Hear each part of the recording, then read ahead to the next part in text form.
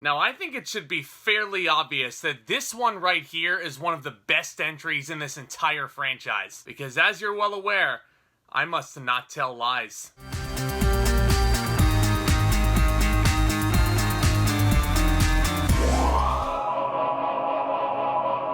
Harry Potter and the Order of the Phoenix. We are moving right along in this series in the build-up to Secrets of Dumbledore coming out this April. And let me tell you, I have had such a fantastic time going back through one of my all-time favorite franchises in film history. But today we're going to be looking at what I consider the most underrated entry in this entire series. This right here was the first film in the franchise to be directed by British filmmaker David Yates. And he has since gone on to direct every single Potter/Wizarding World film from this point forward. And looking at his work on this film, that should be no surprise whatsoever, because the cinematography and the direction perfectly encapsulates what Order of the Phoenix is all about thematically. This is all about dreams, prophecies, fulfilling your destiny, and this camera work feels so crisp, and the vivid imagery seeps through every frame here. Almost dreamlike. Even the opening scene where Harry is just on his own on the swing set, and then we see Dudley and his pack of goons making fun of Harry losing his friend in Goblet of Fire. But then we have Dementors show up and ambush Harry and his cousin, and Harry has to produce a Patronus charm to protect not only himself, but Dudley. The Dementors are literally killing Dudley here, and because he used the charm in the presence of a Muggle, this leads to him getting expelled from Hogwarts. What? And this is of course pending a hearing to get back into the school, and Dumbledore defends him brilliantly, but this whole opening, all the way up to the hearing, is just a small glimpse of what Umbridge is capable of.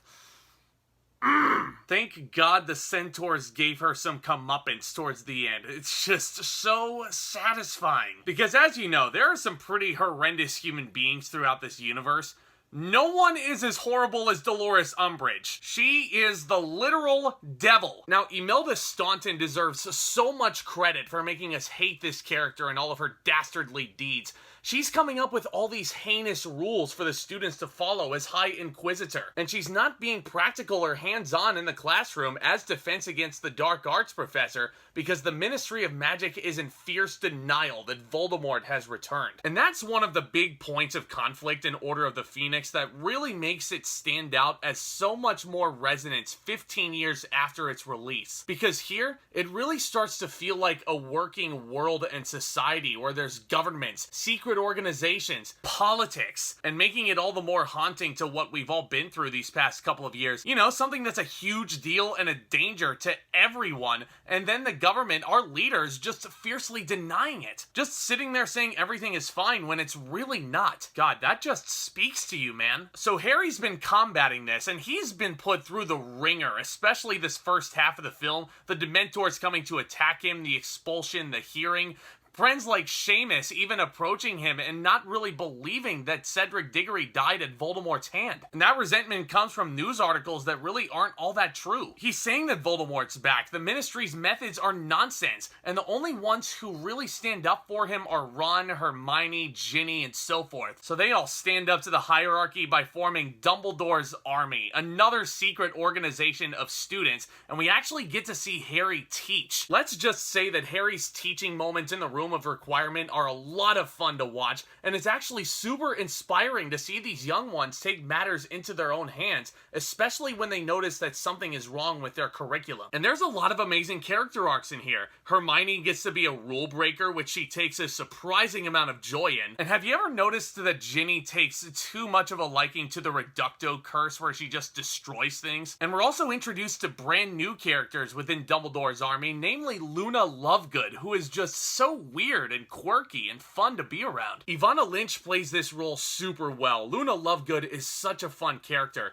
Every conversation Harry shares with her comes with a lot of comforting lessons also. And honestly, especially after watching the reunion, I feel so happy for Evanna Lynch that she actually got to live out her dream with this film. Even Neville gets a lot more to do as a person hell-bent on revenge for his parents being tortured by Bellatrix Lestrange. And we'll get to talk about Bellatrix Lestrange more and more, but Helena Bonham Carter just may be one of my favorite performers throughout this whole franchise, and this is the 5th movie. Bellatrix is fucking demented, guys. Now, I realize I'm jumping around a little bit with this review, but one of the most underrated facets about Order of the Phoenix that I dare not ignore is the fact that Harry and Voldemort seem to start to be linked together somehow. Harry's having dreams of Arthur Weasley getting mauled by Nagini the Snake in the Department of Mysteries, and it may not entirely be a dream after all. There's even an image of Sirius being tortured by Voldemort for information, so there's dreams being manipulated here way before Inception ever came around, mind you. This is such a cool idea that I think David Yates captures wonderfully. And that all brings me to what I think was the most interesting part of this movie on a rewatch, especially last night.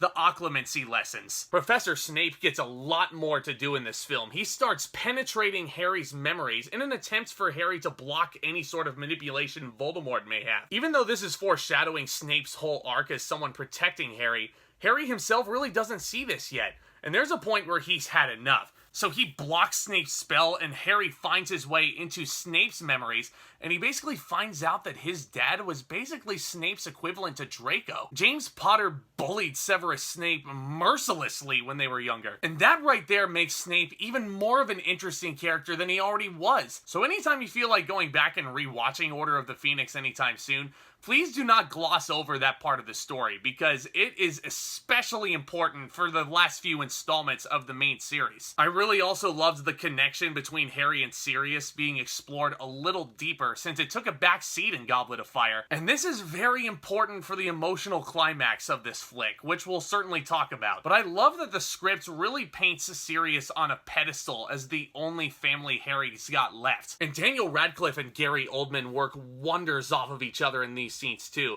There's the fantastic reunion in Sirius's home, which also happens to be the headquarters for the Order. There's also a great scene where Sirius sees Harry off to school, the heartwarming scene in front of the Black family tree, and it all comes to a head when Bellatrix Lestrange kills Sirius Black.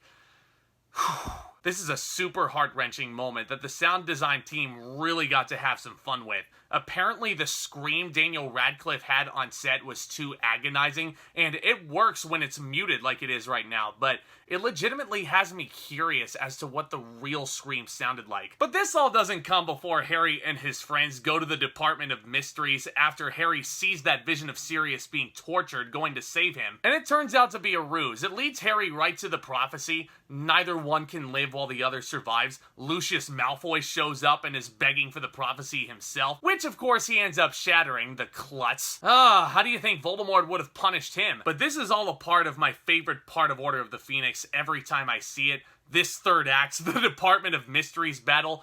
This is our first real glimpse at magical war. And let me just say, guys, it is fucking awesome. David Yates helms these scenes brilliantly. It's all so exciting to watch. Spells being meant to maim or seriously injure opponents, as opposed to just charms meant for levitation or unlocking doors or whatever. The kids getting to use all these spells that Harry taught them is really freaking awesome. But everybody shows up for this battle. Sirius is there, Professor Lupin, Mad-Eye Moody. But to me, guys, there is nothing, and I mean nothing in this series that tops the duel between Dumbledore and Voldemort. That whole sequence just feels so euphoric and raw in the moment. Because, and I gotta give mad props to my buddy Jose for pointing this out to me. You guys probably remember Jose. He's the one that I ranked the Harry Potter movies with all that time ago. But he brought up an excellent point about this battle. When Dumbledore and Voldemort are fighting each other, there is no musical score.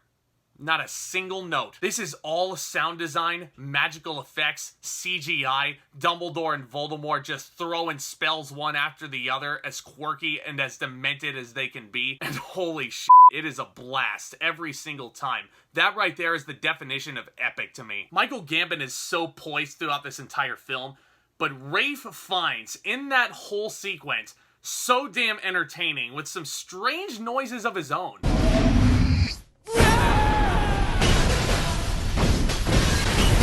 Honestly, guys, call me a fanboy all you want. I really don't see a whole lot wrong with Order of the Phoenix, if not nothing at all. Order of the Phoenix really is one of my favorite Harry Potter films. I think it's the most underrated in the whole series by a country mile, because this is where I feel like the tone of Harry Potter is found. We have had 3 different directors before David Yates at this point, but it never really feels to me like the tone of Harry Potter is completed without David Yates' vision. Honestly, guys, every single performance, once again, top-notch. Umbridge is probably the most hated character you will ever come across, with an amazing sequence of comeuppance towards the end. And obviously the trajectory of this series has completely changed, which Azkaban and Goblet of Fire both certainly helped with. The world has expanded to probably its most mature point yet, and this film right here, I still feel like is the most socially relevant Harry Potter film still to this very day. It's for all those reasons and that much more that I'm gonna give Harry Potter and the Order of the Phoenix an A+. I mean, what else is there to say, really, about this film? If you guys love this film as much as I do, if you guys disliked this movie, let me know what you thought down in the comments section below, because that's what's amazing about film. It's all subject to one's own opinion. And I have a question. Let me know what your Patronus charm looks like. Mine is a St. Bernard, according to Pottermore, because I love discussing all things cinema and entertainment with you guys on the regular. Do consider smashing that subscribe button along with that notification bell as hard as you possibly can, especially if you're new to the channel, because you'll be the first ones to know anytime there's a new upload over here. And this, oh my gosh, I can't believe that we're inching as close to 1,000 as we are. You guys are the freaking best. And don't forget, if you enjoyed the video, smash the thumbs up on your way out. That's some tremendous help as well. And stay tuned for more exciting content hitting this channel very, very soon, of course. Loads of new releases coming out this February. I already talked about it in my Moonfall video, which is already up on the channel. And of course, we'll keep trudging along with this Harry Potter series when I can. Half-Blood Prince should be uploaded. I want to try and get it uploaded next week, if I can. And of course, at the time of uploading, which is Monday, tomorrow night, there will be a reaction live stream with a great list of panelists. We're going to be reacting to the Oscar nominations. Hoo boy, I'm excited. But y'all are the best. Again, thank you all so much for your support. It really does mean the world. And with all that being said, back talk, commence!